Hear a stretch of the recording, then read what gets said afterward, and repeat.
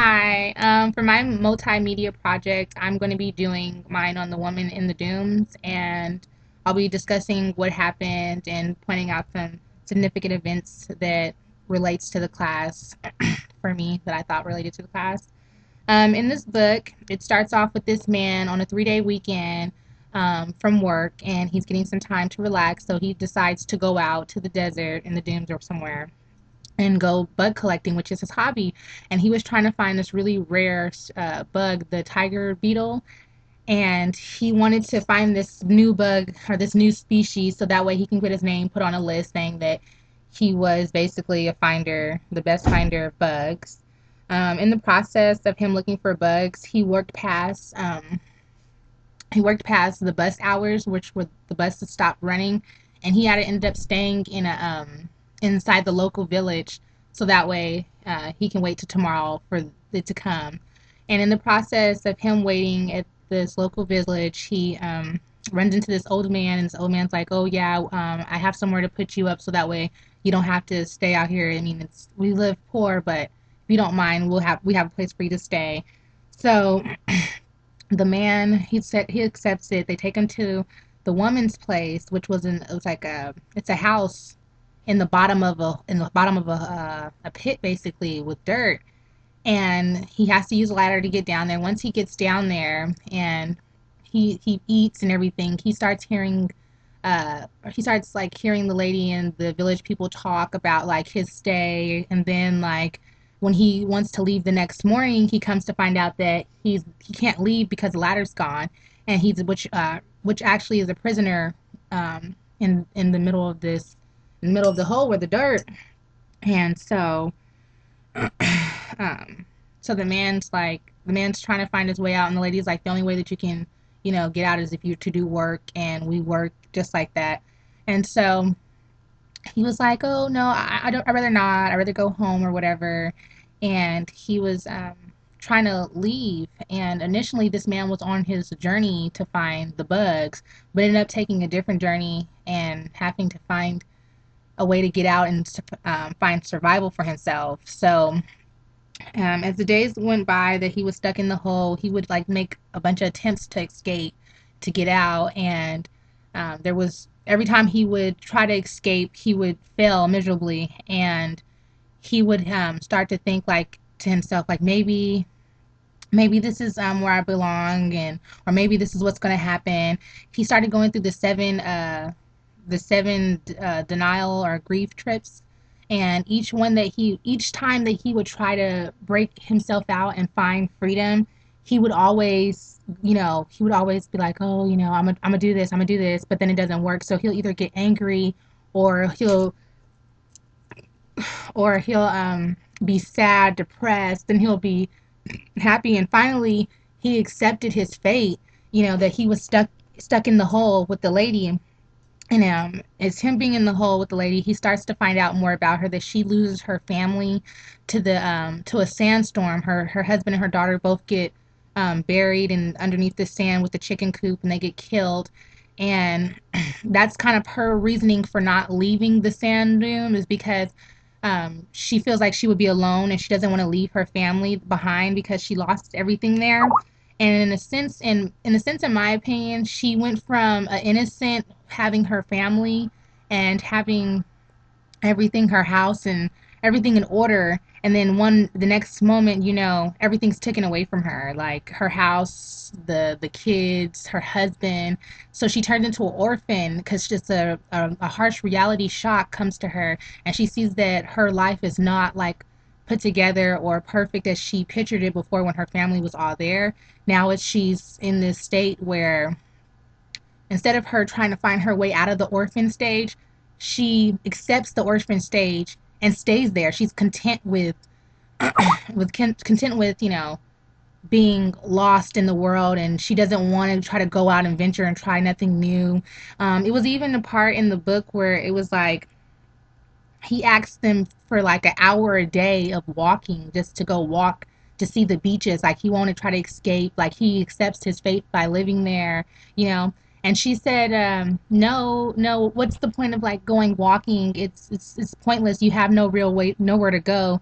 And he was trying to, like, get her to understand, instead of us seeing the same surroundings of dirt in the house, it's better for us to go out and, like, venture off and see, so that way we won't drive ourselves mad.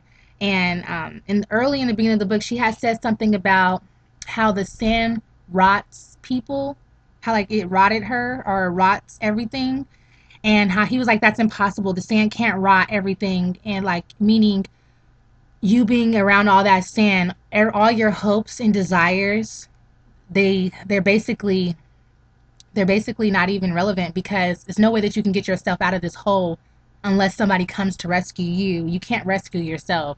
So he felt like, oh, it's pointless, it's useless, oh well, I can't do anything about that. And he even says it, the sand has started to rot me, saying that he finally is breaking in, that he can't, like, he doesn't know what else to do. He doesn't know what else to do but to accept his fate, which is to live the rest of his life in the doom.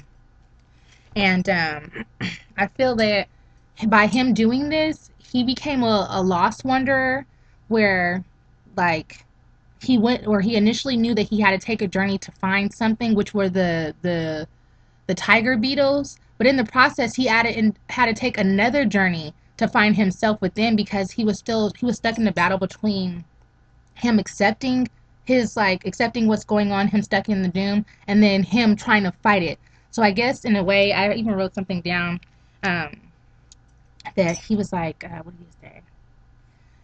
Something about how he knew that he was stuck there physically, but in his mind, he will never stop the fight to get free of the doom. And so, then it goes back to him trying to find ways to try to escape. And then finally, one day, he just stops trying to escape, and instead he tries to go back to his original journey, since he felt like he had accepted fate and was like, okay, I'm gonna stay here with her, and I'm just gonna just do that. So he had accepted that fate, and then he went back to looking for his beetles again, looking for the beetle, and then he finally found the beetle that he was looking for, and that journey was over, and it went right back to a journey of him trying to get free. And then the woman of the doom, she was just so content with how everything was. Like, when he escaped, she was really upset. She was crying. She was like, I'm afraid that I'm going to be alone, and that when I wake up, you're going to be gone again, that you're going to leave me.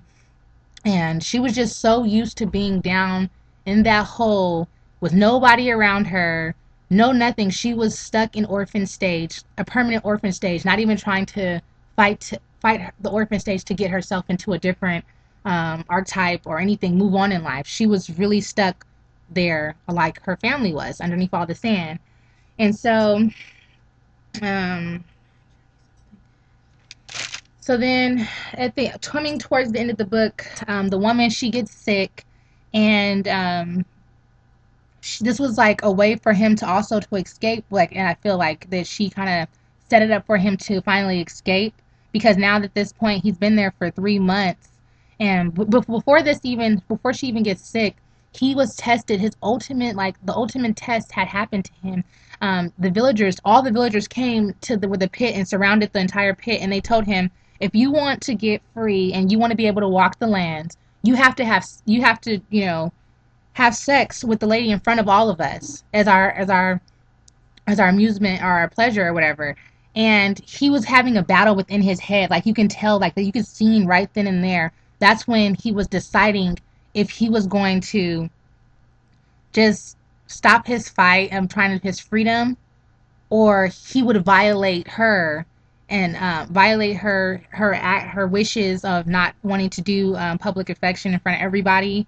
So that's what he had a battle for. And then at the end of that in his head and mind battle that he ended up still trying to rape her.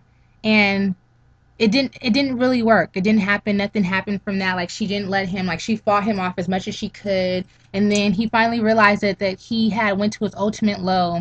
And that's when he stopped, like, officially stopped trying to escape, was right then. And then that's when the woman that he was staying with, she had got really sick, and nobody knew what was going on, so they called the villagers in, and, like, all the village men, like the councils, were down there to, like, check on her.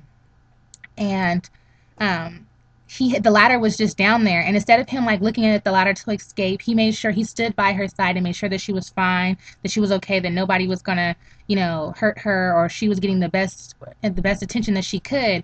So after they had pulled her up from the strings or whatever to from the with the ladder that they had made, they left the ladder down basically for him to get away, and instead of him like trying to just stay inside the house and try to get all his belongings together. Instead, he climbs up the ladder, goes out of the pit that he was in, and he walks straight to the beach. And he watches the waves, and he's just looking out, thinking, watching the waves, and goes back to the little dip, the hole in the hole in the ground where the house was, and he starts to go mess with his new invention about the water evaporating from the sand, and he starts thinking about it, and he goes, let's see, he goes,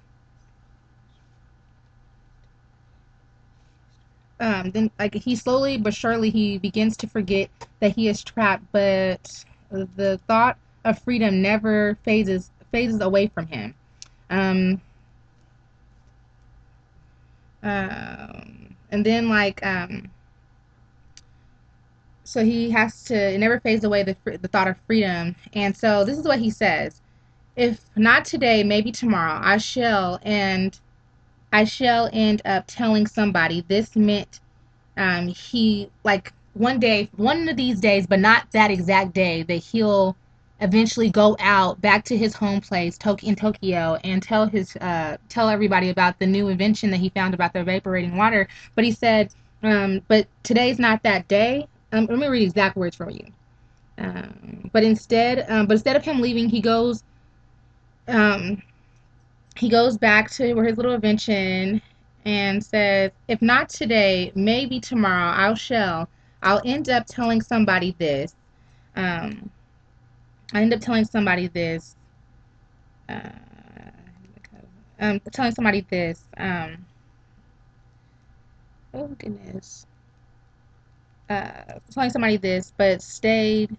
Telling somebody that he will escape, but today is not that day to escape, and meaning, he was going to stay there, and he was going to teach the village about the new thing that he created, or not even teach the village about the new invention that he came up with, evaporating water, but just be there to help the village and stuff. He ended up staying. He was held captive there for 3 months, but he ended up staying there for 7 years with the village in the whole. So he finally came to accept his fate, that he now was one of the villagers. And like early in the book, the woman has said something about how the villagers will all help each other, that this is their homeland and they'll do anything for it, meaning that if they had to trap as many as people they could to save their village, that's what they would do, and ended up trapping a lot of people. And those people ended up staying because they became a part of the village. They became a part of life that was out there in the dunes. So um, I feel like for the woman and for Jumpy Nikki, I feel that she was an orphan, and she never will grow out of orphan stage, because she never tried to change anything about her life. She just stayed in denial, and that nothing was wrong with the dooms, her house, where it was just getting buried alive by the sand, basically. And for him, he went from um, he went from a wanderer to, in my opinion, to a murderer, because then he started sacrificing. And when he would like have those battles between back and forth in his head, like, oh no, I'm going to stay, oh no, I'm going to leave, I'm going to do that, I think that he was doing sacrifices, so that way he would sacrifice stuff like his own freedom for this woman, because he's seen how unhappy she was by herself, and he's seen that like her struggle that she was going through within. So he sacrificed a lot of his life, and just to make sure that the woman who was an orphan, um, can move past her stage, so that way she won't be in fear. So that's what I got from The Woman in the Dunes.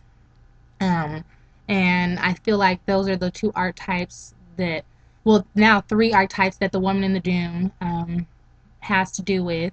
And I feel like The Woman in the Dunes is it's a really good book to show you, like, just because you're scared of change, you shouldn't try to go for change. And also, it taught me that even though somebody's not allowing you to do what's best for you, always do it regardless, because if you don't, you're going to end up living a lifestyle for somebody else and not for yourself. So that is my media project on Woman in the Dunes, and I hope you enjoyed. And thank you. Bye.